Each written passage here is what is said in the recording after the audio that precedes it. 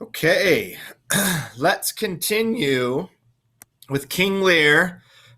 Today we're going to read scene 5 and scene 6 in this video.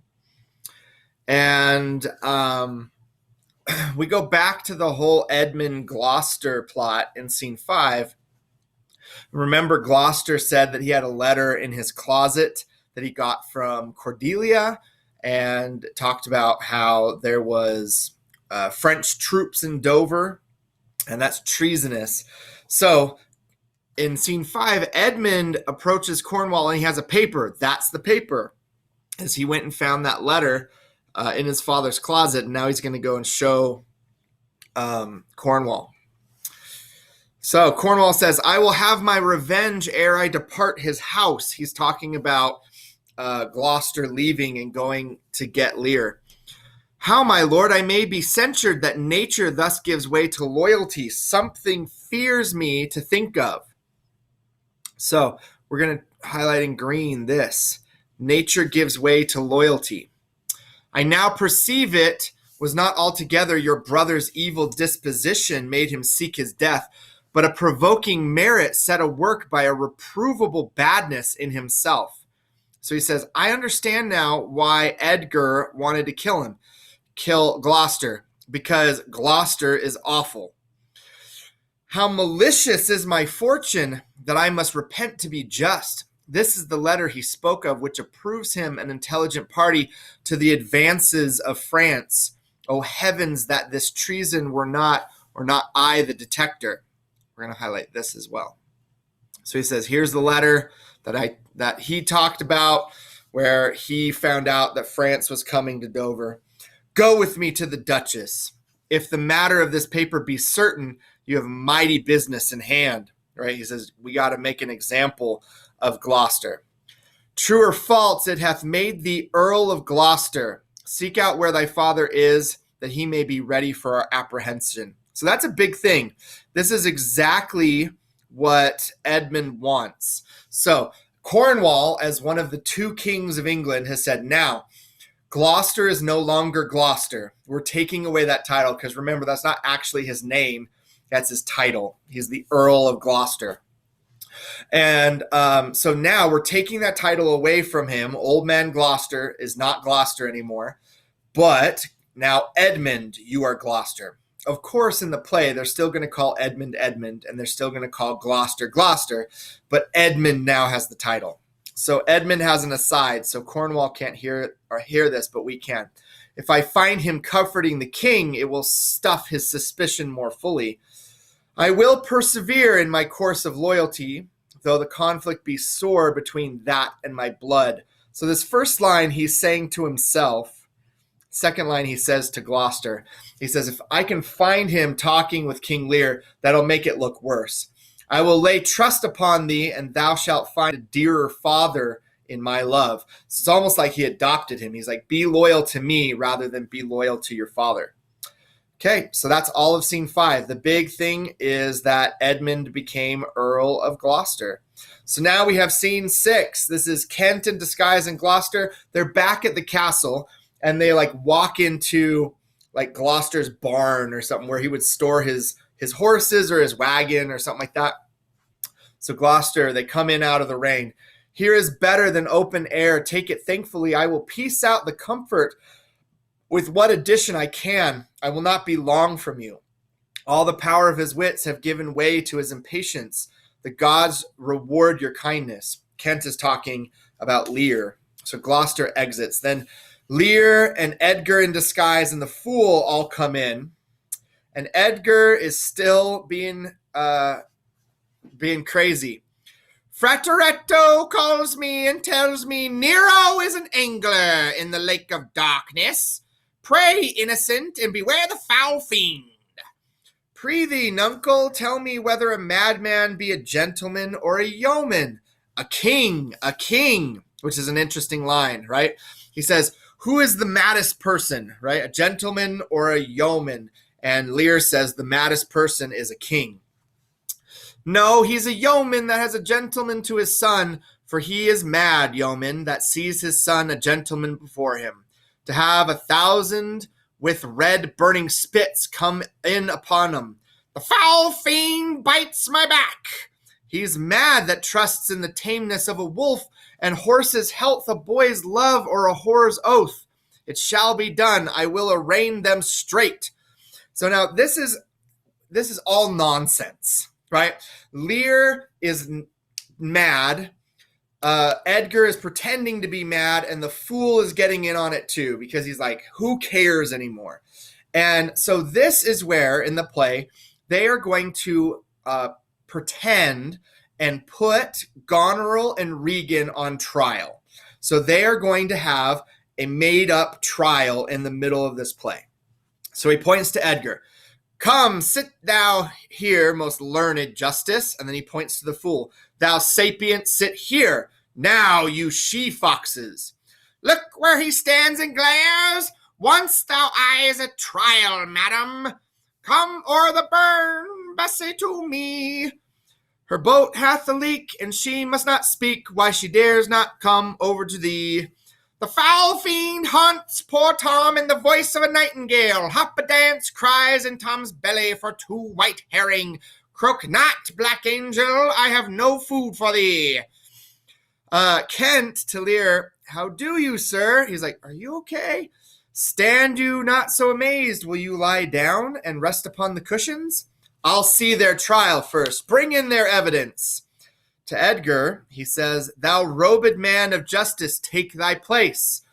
So he makes Edgar the judge. To the fool, and thou his yoke fellow of equity, bench to my side. Then he says, Kent, you are of the commission, sit you too. Let us deally just. Sleepest or wakest, thou jolly shepherd, thy sheep be in the corn, and for one blast in the milking mouth, thy sheep shall take no harm.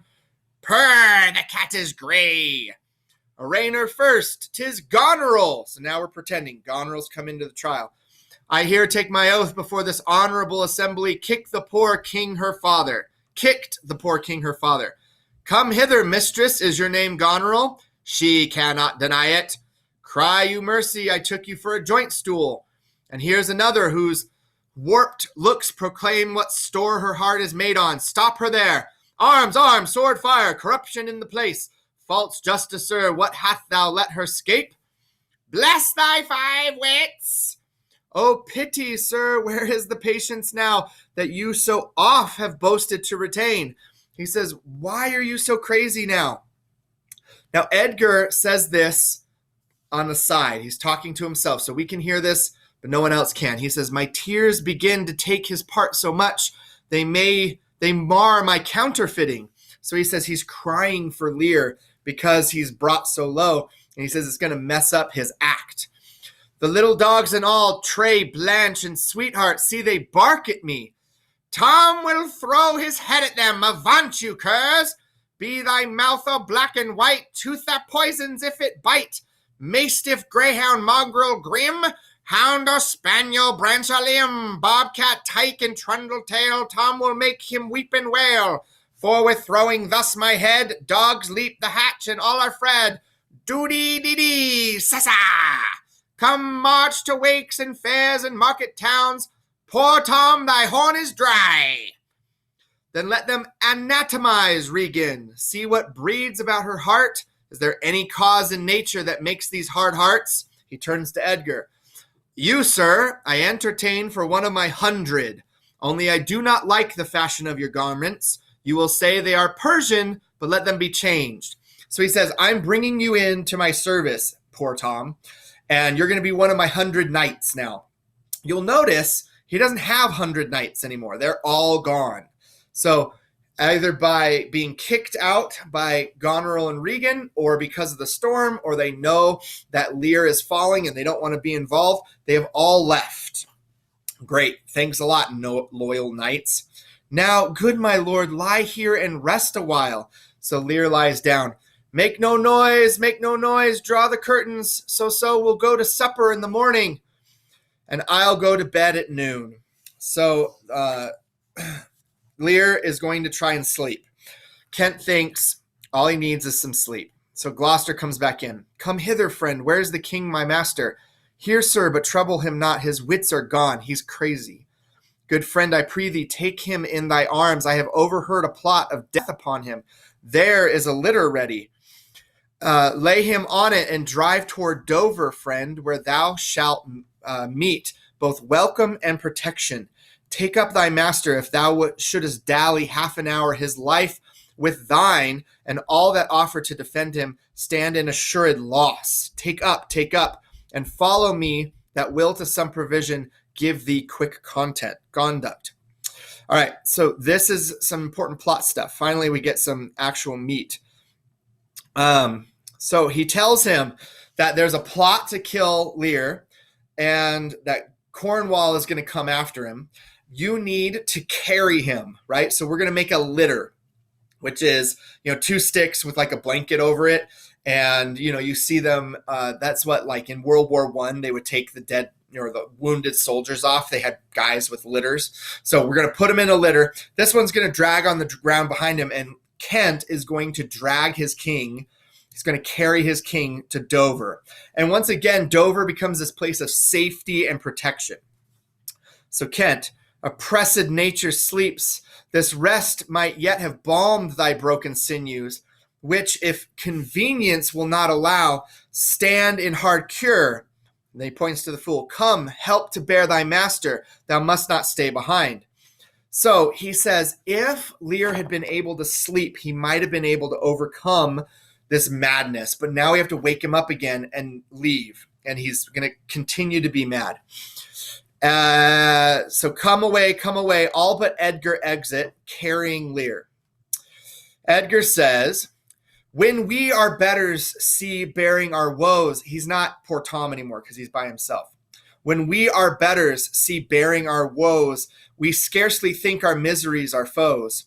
Who alone suffers most in the mind, leaving free things and happy shows behind. But then the mind must suffrage doth o'erskip when grief hath mates and bearing fellowship. How light and portable my pain seems now, when that which makes me bend makes the king bow. He chided as I fathered. Tom, away, mark the high noises and thyself bewray. When false opinion, whose wrong thoughts defile thee, in thy just proof repeals and reconciles thee. What will hap more tonight? Safe scape the king, lurk. So we're going to do 2 sets of lines in green right here. So this one right here, and then this one right here. Oops, I jacked it up. All right, undo that. Undo this right here. Again, it's hard to do this on a laptop, y'all. All right, here we go. There. Okay, so those 2 lines. Edgar says, I may have to give up my disguise because it's almost like he's making fun of crazy people here, and Lear is seriously gone crazy. And so he's like, I don't feel right about this, and I want to help Lear, but I don't know if I can help him with still helping myself, because he's still worried that he's going to be murdered, right? Because that's what Edmund told him is going to happen. All right, so that's the end of those 2 scenes. Next time I see you, we will read scene 7, and some crazy stuff is going to happen. All right, have a good one. Bye.